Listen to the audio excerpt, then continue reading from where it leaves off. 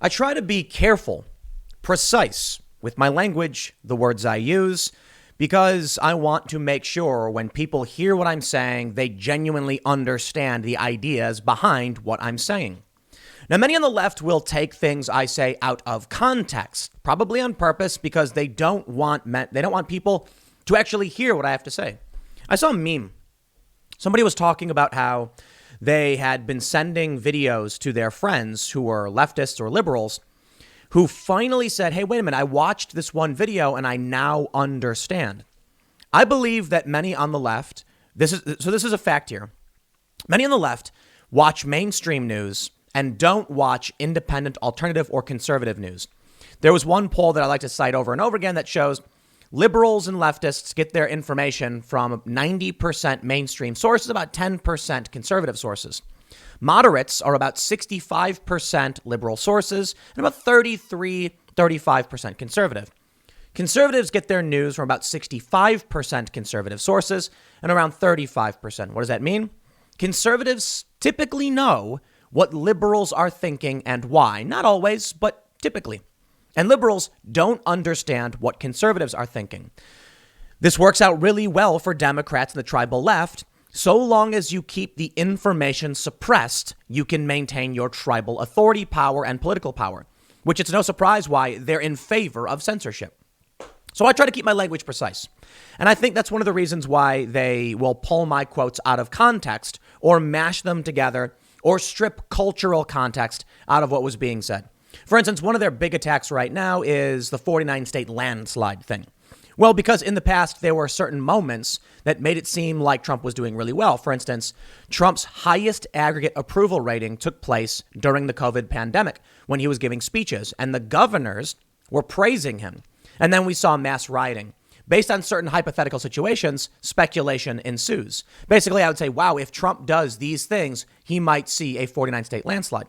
Not that he literally would. There were a lot of variables. And I always take the milquetoast approach of saying, well, but probably not. And I get criticized for doing both. If I say something and qualify it with, but you know what, I'm probably wrong on that one, they'll cut out the I'm probably wrong and say, look, Tim Pool thinks he's a psychic.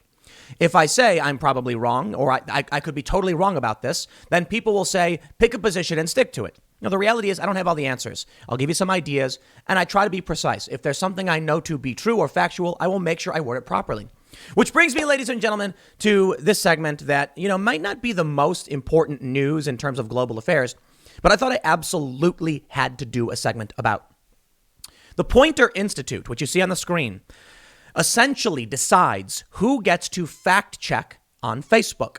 Recently, Luke Rudkowski of We Are Change, who co-hosts the Timcast IRL podcast, had a meme fact check by USA Today. Why? It was an obvious joke about Joe Biden with stacks of executive orders.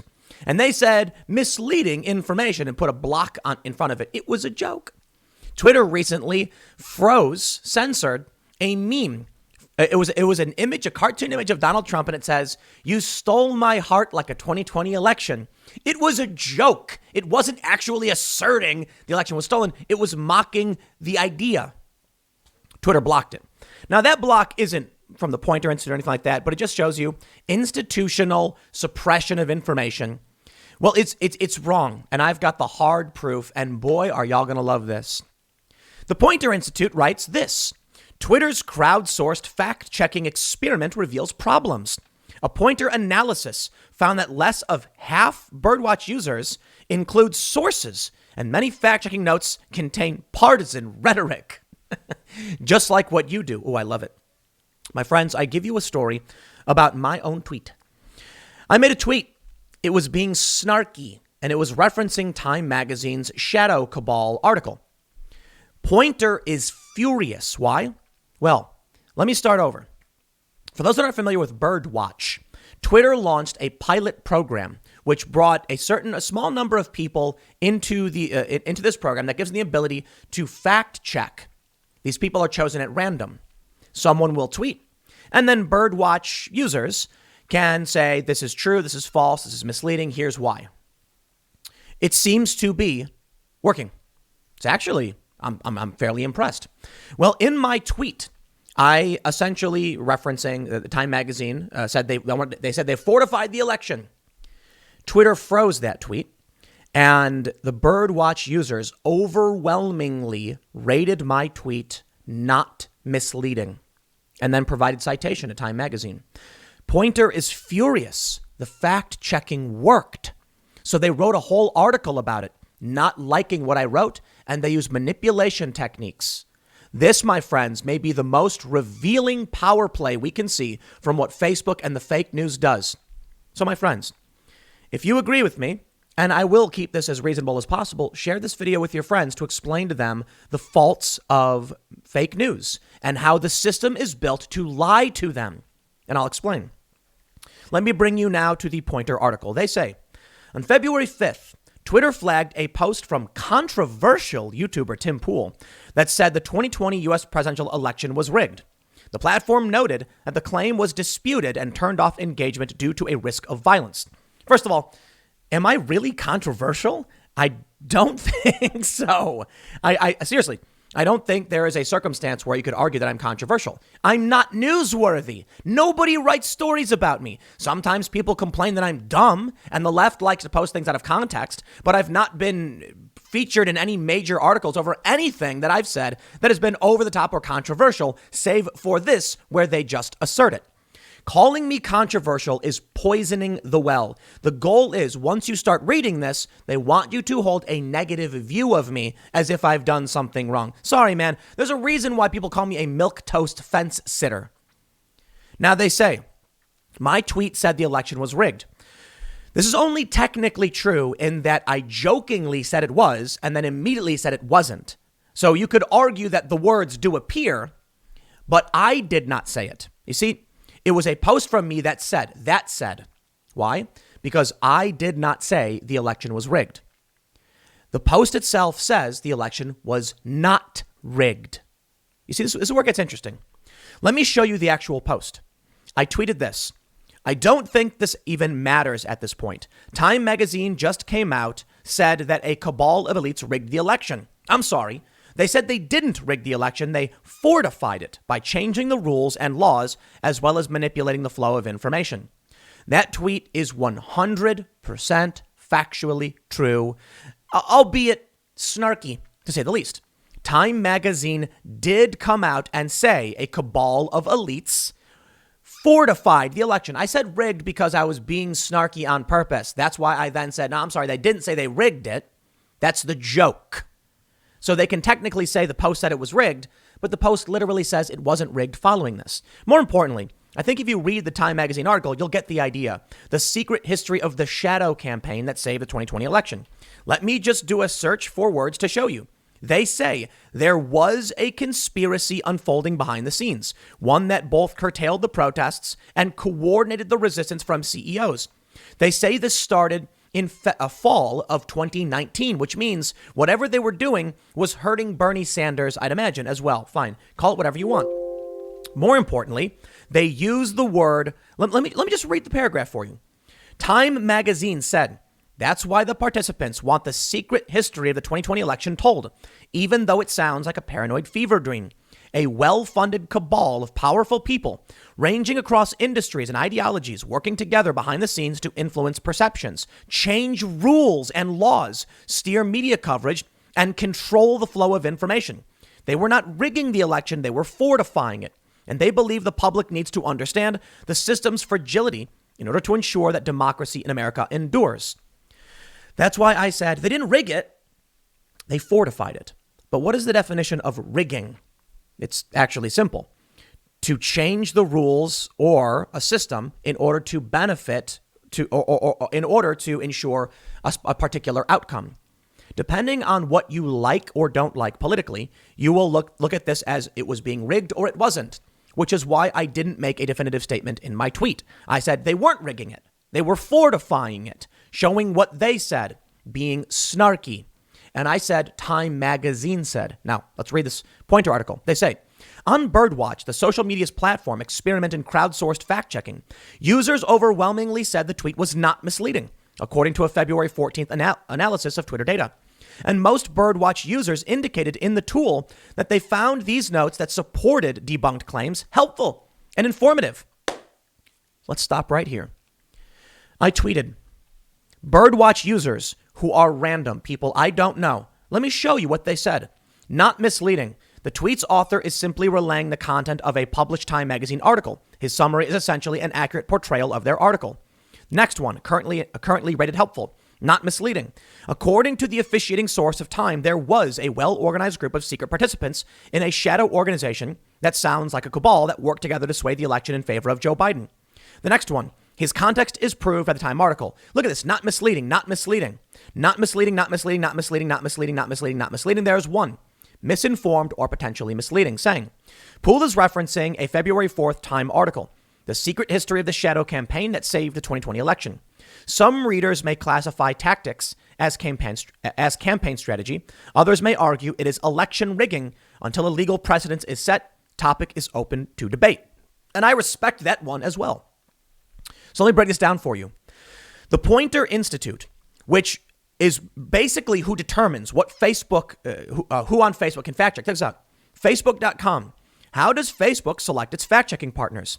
Facebook's independent third-party fact-checkers are all certified by the International Fact-Checking Network, the IFCN. A subsidiary of the journalism research organization Poynter Institute is dedicated to bringing together fact-checkers worldwide. Here's what happened. I made a post. The post was snarky, but factual. I said Time magazine claimed they were rigging. I'm sorry, not rigging, fortifying. That's intended to be eye-rolly and snarky. But it is factually correct, albeit even if it was partisan rhetoric. Fine. Poynter is mad because Twitter's open fact-checking system proved me right. Or at the very least, maybe that's a little strong. I'll say it shows that most people agree with me on the interpretation of what this Time magazine article is. When Poynter holds the keys to who gets to fact check, they choose. Now, isn't it funny? What do we really see here? Twitter is allowing anyone. So for now, it's a small group of randomly selected individuals. This is undercutting Poynter Institute's IFCN business or, organization or whatever you want to call it. It is coming at their source of power. Facebook uses Poynter. If you start a news organization and you want to be able to issue fact check labels on other people's posts, you have to get approved by Poynter. Poynter holds the keys. On Twitter, they don't. So they got mad that when I made a post that was factually true, albeit snarky, they had no control over it. So they write an article claiming it was a problem. They tried to argue that these regular users are wrong and that the posts that are helpful, that people like, are debunked. Isn't it amazing? When regular people crowdsource fact-checking, let me show you what you discover. Let's break this all down. Here's Birdwatches of Twitter, twitter.com/i/Birdwatch. This is where you can look to tweets and see how people are rating them. And I'm going to show you that the system works and my tweet was correct. Let's jump to a random tweet here. Rex Chapman says, "Hey, climate deniers, it's snowing now in Saudi Arabia." And they show a video of camels covered in snow. Let's click the button that says see all notes on this tweet. In it, we can see misinformed or potentially misleading. One user says, these areas typically receive snowfall every year during winter months and is not evidence or indicative of climate change with a source. Another user says, misinformed or potentially misleading. This tweet does not indicate this region does receive occasional snowfall and may be out of context. Apparently, it's normal. It's an out of context tweet from a verified user. How about Mike Cernovich? Cernovich said, Wikipedia goes full damage control to protect Lincoln Project. Bad person, John Weaver. The page is locked and no information can be added. You click see all notes and you can see the two ratings are misinformed or potentially misleading. Long story short, be it a left-wing position or a right-wing position, users are overwhelmingly calling out what they see as bad information. Birdwatch is working. Just like Wikipedia, Regular people are now giving a chance to rate information and to fact check it. The problem with Wikipedia is that special interests have essentially taken it over. And now it's damn near impossible for a regular person to actually come in and say, hey, here's why that's not true. Just like the Poynter Institute and Facebook, that Facebook says, we're not the ones who labeled these. It was those users. The only problem is Facebook is giving the keys to a select group of people to act essentially as contractors on behalf of Facebook. So I would argue, no, that's still Facebook making those statements. And I think it's grounds for defamation lawsuits if Facebook wants to label my post or anyone else's as false news or misleading or whatever. I'd argue that's defamation. That is a false statement of fact. And there have been many instances where that's actually happened. A tweet of mine that I didn't post, someone screenshotted and put on Facebook, was labeled false information by one of Poynter's approved organizations. The post was about Bill Clinton flying on an airplane to a particular island. My post was 100% factually true. It was dubbed false. Then when you clicked the link, the fact check actually confirmed my post was true, which means they knew what I was saying was true, slapped a label on it calling it false. I would argue that's malicious. They knew what I said was true, but still called it false. It's a false statement of fact. I blame Facebook for that because Facebook I'll put it this way.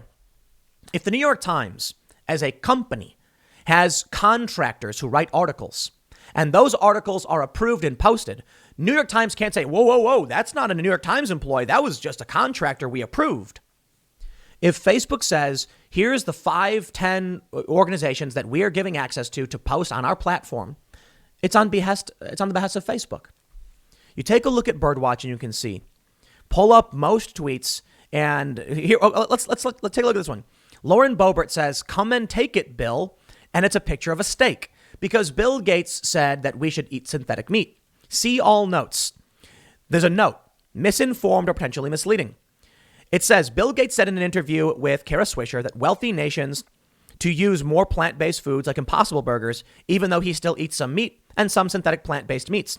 He does not want to take meat away. The transcript is here. You see, even on silly posts, Birdwatch users are calling out what they view as fake news, and it seems to mostly affect right-wing individuals. So why then, I would ask, is Poynter upset?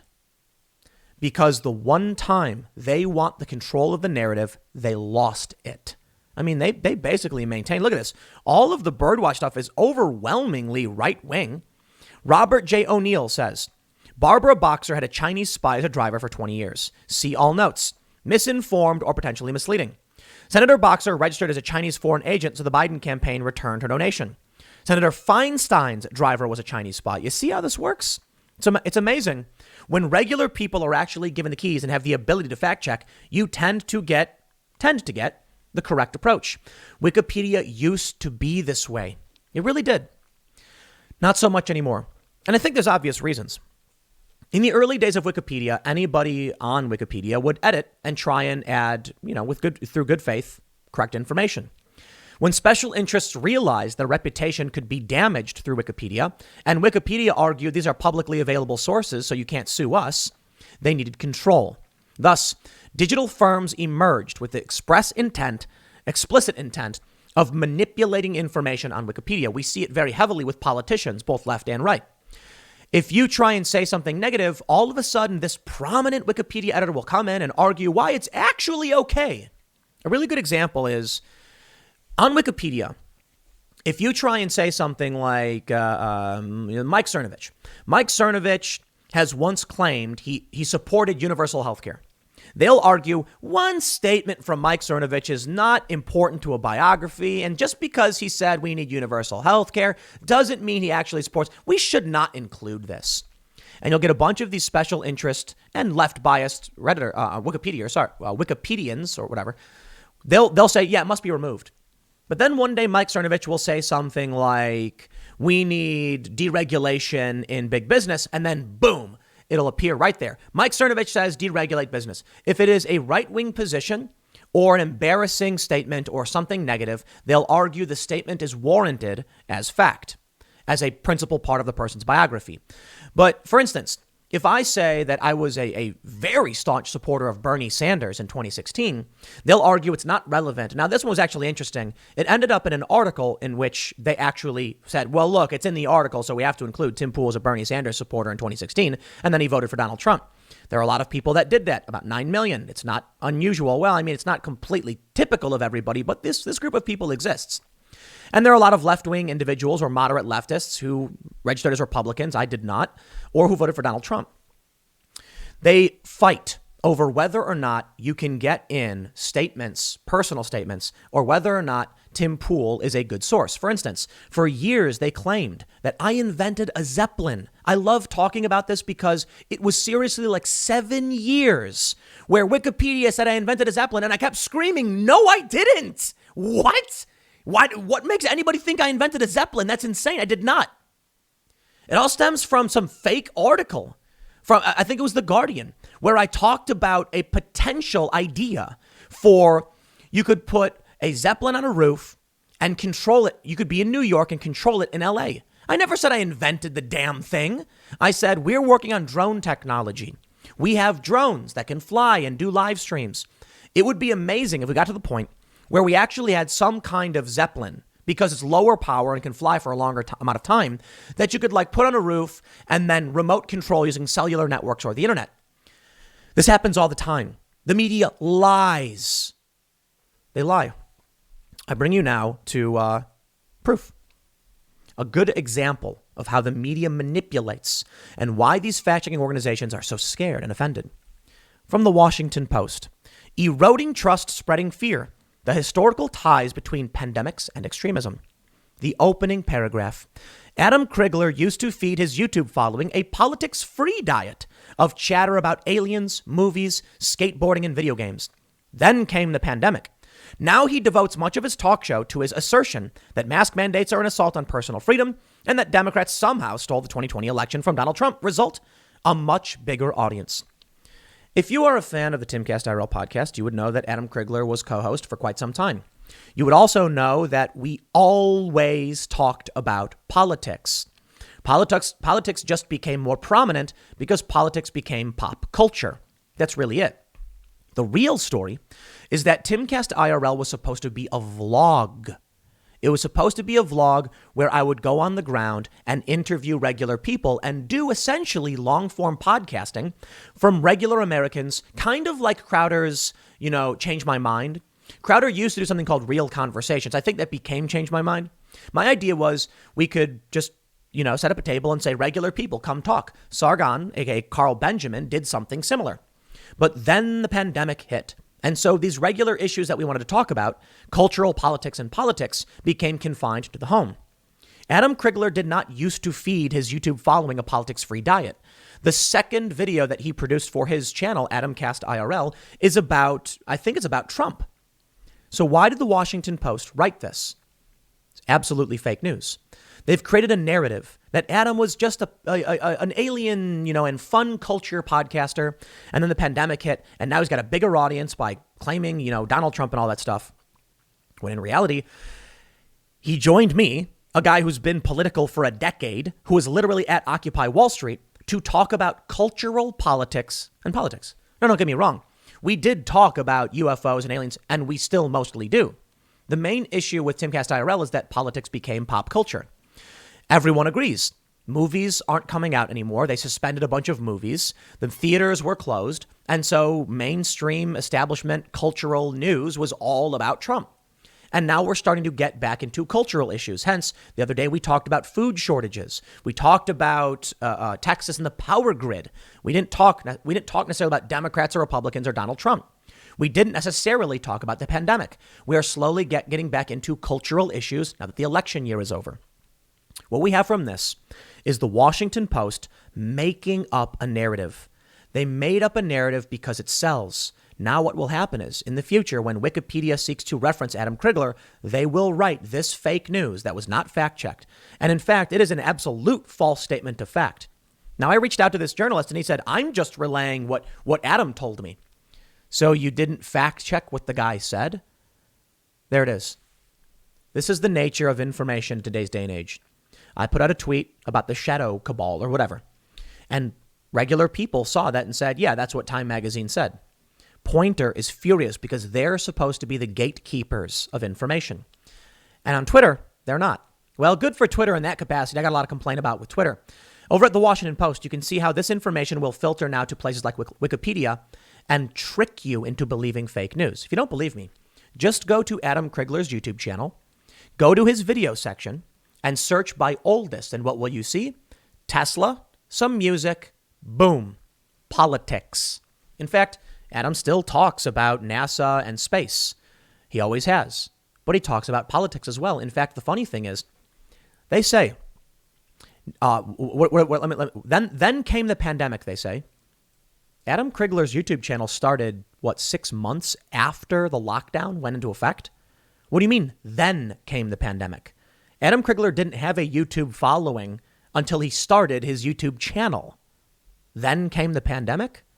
Absolute manipulation and lies. I have to wonder about the rest of it. I hope this was informative and useful for all of you. I'll leave it there. Next segment's coming up at 1 p.m. on this channel. I'll do my best to keep you adequately informed, but I'm not perfect. I get things wrong too. But at least I'll never pull BS like that. Thanks for hanging out, and I'll see you then.